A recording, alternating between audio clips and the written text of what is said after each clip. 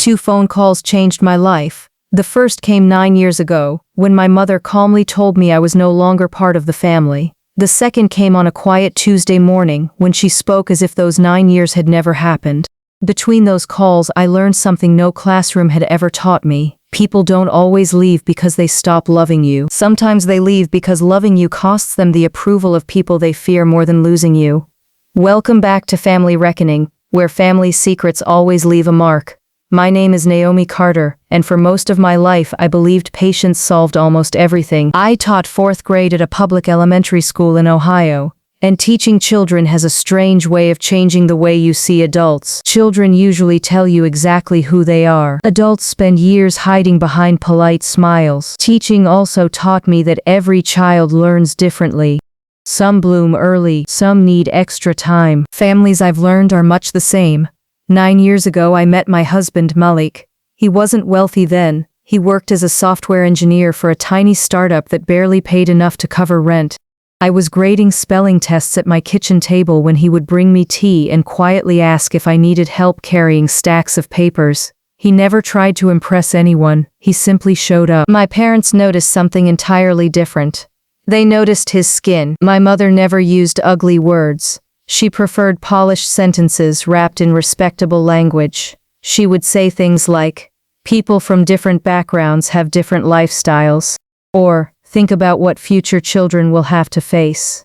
My older sister Vanessa cared less about race and more about appearances. She had married into an influential family that owned several luxury hotels across the state. To her, every relationship was a business merger. When Malik proposed, I already knew what my family's answer would be. Still, I invited them to dinner. My father barely looked at him. My mother smiled through dessert before quietly placing her napkin on the table. She told me she loved me.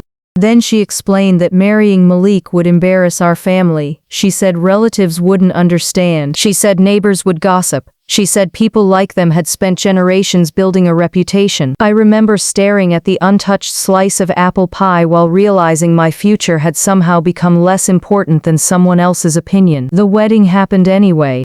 Only one member of my family attended, my grandmother. She hugged Malik first. Then she whispered something I'll never forget. Character never has a color. 3 months later, my mother mailed back every childhood photograph that included me. No letter, no explanation, just pictures, as if she were carefully editing me out of our family history. Life became quieter after that. Not easier, just quieter. Malik continued working long hours while I taught children who worried more about spelling quizzes than social status. Eventually, our daughter Zuri arrived. She inherited Malik's warm smile and my habit of reading before bed. Every evening she insisted I read one extra chapter, even after I closed the book. She believed every story deserved another page. Watching her grow reminded me that children don't inherit prejudice, they inherit examples. 9 years passed. Malik's tiny startup slowly became something much larger. The company designed educational software for public schools. Ironically, many districts where I taught eventually adopted programs his team created. Then something remarkable happened. The company went public. Overnight, newspapers began printing numbers none of us had imagined. Financial reporters estimated Malik's shares were worth more than $40 million. Our lives changed. Our values didn't. We still lived in the same comfortable neighborhood. We still drove sensible cars. We still ate homemade dinners around the kitchen table. Money solved practical problems. It couldn't erase old wounds. About 3 months after the company made national headlines, my phone rang. Mom. I stared at the screen for several seconds. 9 years. Not a birthday, not a Christmas card, not even a message after Zuri was born. Now she was calling. Her voice sounded unusually warm. She asked about my health. Asked about Malik. Asked about Zuri. Then she explained the real reason. Vanessa's daughter was getting married. The ceremony would be enormous. Several wealthy families would attend. The event would receive local media coverage because the groom's family owned multiple businesses. Mother said she wanted the entire family together again. She said enough time had passed. She said healing was important. She even suggested Zuri serve as one of the flower girls. I listened quietly. Teaching children has taught me that apologies usually arrive before requests. This one arrived afterward. Still, Zuri had never met most of her relatives. She deserved the opportunity to know where she came from, even if that history was complicated. Against my instincts, I agreed. For weeks, Zuri practiced scattering flower petals across our living room. She counted every imaginary step. She even asked Malik to time her walks with his phone so she could stay perfectly synchronized with the music. She took the responsibility seriously. Children often do. A week before the wedding, little things began feeling off. Family group messages suddenly stopped including me. Questions about dress fittings went unanswered. Whenever I called Vanessa, she assured me everything was perfectly organized. Mom repeated the same thing. Don't worry about anything. Those words felt strangely rehearsed. 3 days before the wedding, my phone buzzed while I was organizing lesson plans after school. The message came from one of my cousins. It contained only a screenshot. A wedding program. I looked for Zuri's name. It wasn't there. Instead, another little girl had been listed as Flower Girl.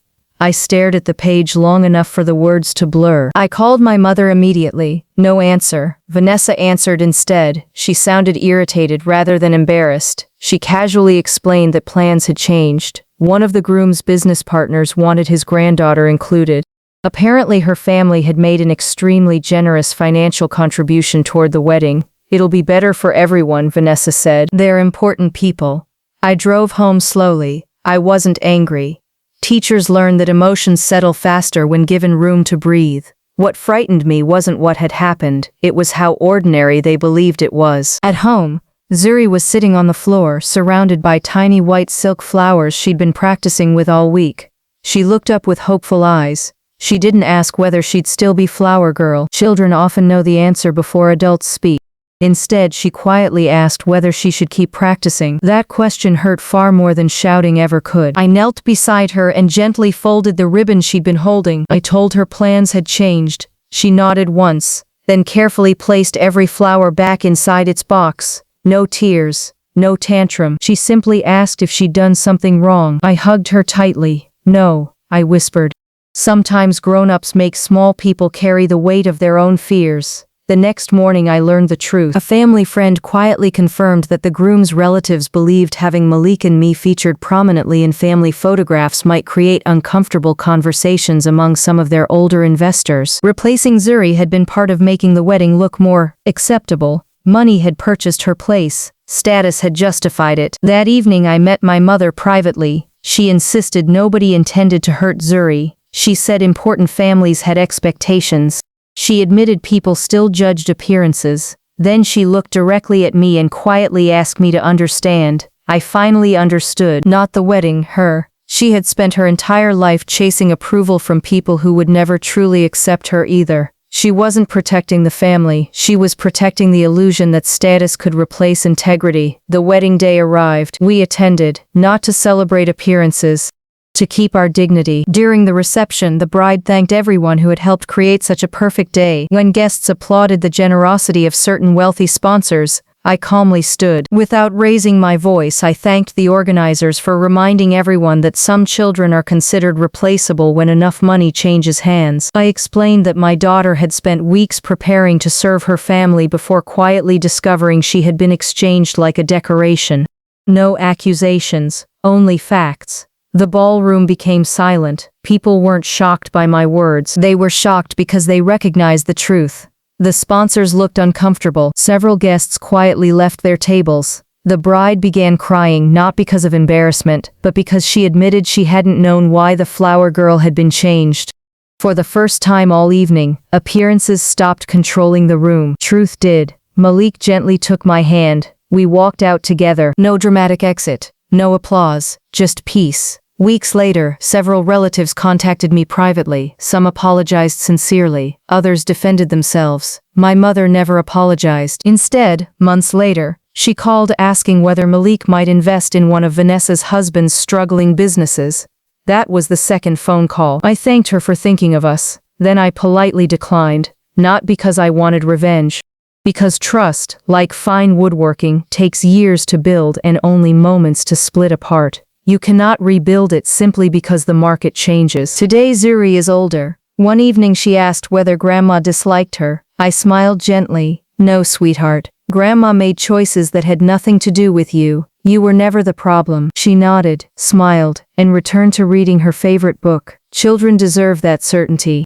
They deserve to know another person's prejudice is never their responsibility to fix. Sometimes the strongest revenge isn't making someone feel your pain. It's refusing to let their choices define your future. If this story touched your heart, let us know in the comments, what would you have done in Naomi's place? Don't forget to like this video, subscribe to Family Reckoning, and turn on notifications for more emotional family stories where quiet strength speaks louder than revenge.